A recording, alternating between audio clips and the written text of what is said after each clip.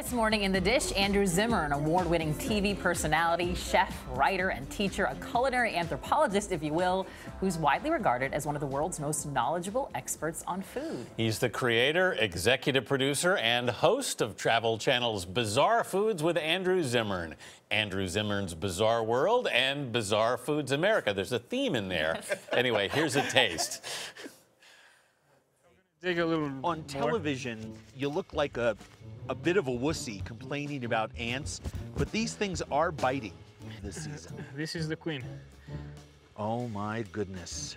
All right, It has so... a... Oh, here for the... Ah! They taste of the smell of that stick.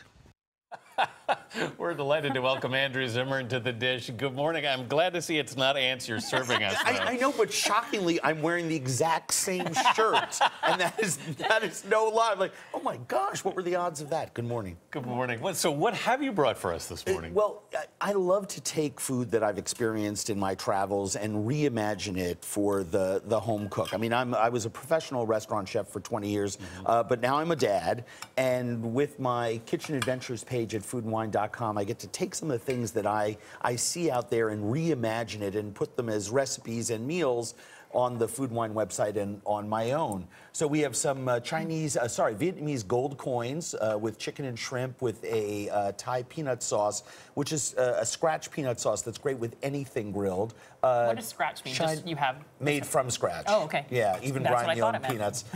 We have chili and black bean spare ribs, which I love, a little bit of sticky rice, and a shrimp salad that is made with tomato and onion and toasted rice powder. That's one of my favorite Vietnamese salads of all time. And the dessert is a frozen passion fruit mousse. The drink is a mint and cucumber lemonade. It looks really refreshing. It's a young, I mean, cucumber juice is vibrant. Like celery, they're both very strong flavors and they work beautifully with citrus.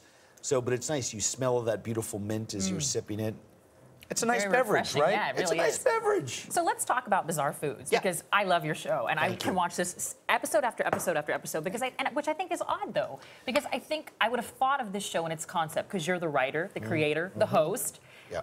I would have thought a show like this would feel canned, but it's so not. Every show feels so different, and I feel like I get a cultural view of something else. Well, there's 25, 30 other people who work on this program and make it excellent, but thank you for the kind words. We really try very, very hard to do a tremendous amount of planning in the run-up to the show, and then the day that I arrive in country, we just let the cameras roll. It's a wonky, sort of odd experience, but it works for us. We don't have anything scripted. I like to know that the things I'm going to experience are ready for me. I don't think the network and certainly our budget can't afford to be waiting for the boat for 2 days. We like to have the boat there waiting for me. But then everything else that happens is just simply my experience. I think one of the magical things about television, at least from my point of view, is I try to create things that you haven't heard about and haven't seen before, but at the same time can still relate to. So while you may not be able to, you maybe have never eaten a jungle rat roasted over an open fire in a South American jungle. Were you trying to gross yourself out when you created this series? Yeah, no.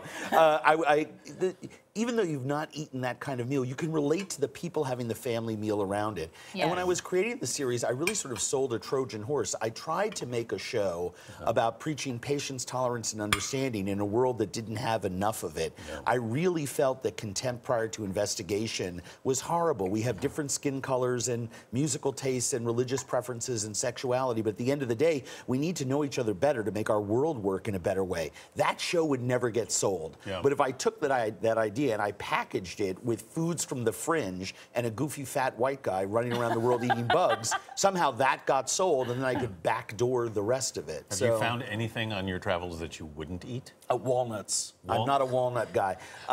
Sometimes the Dr. Seuss animals that pop up in places of the world where taxonomically we just don't have access to the information to understand that those foods are there. Giant pololo worms that come up from the coral beds off the island of Samoa. It's fascinating because you'll eat stuff right out of the ground.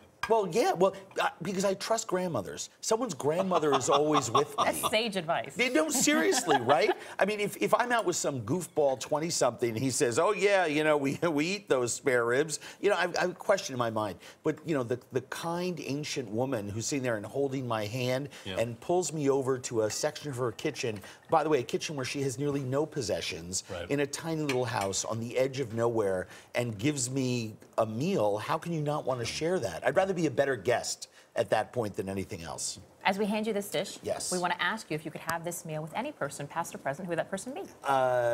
Teddy Roosevelt, one of my heroes. I mean, Great police choice. Commissioner, national parks enthusiast, big game hunter, bon vivant, and a man who saw the world, I think, in a unique way and got us ready for this century. I'm obsessed. Who would love love your show? He would. I love the golden era. It's a wonderful time in our country's history and globally. Chef Andrew Zimmern, thank you so much. And for more on Andrew and the dish, head to our website at CBS This Morning.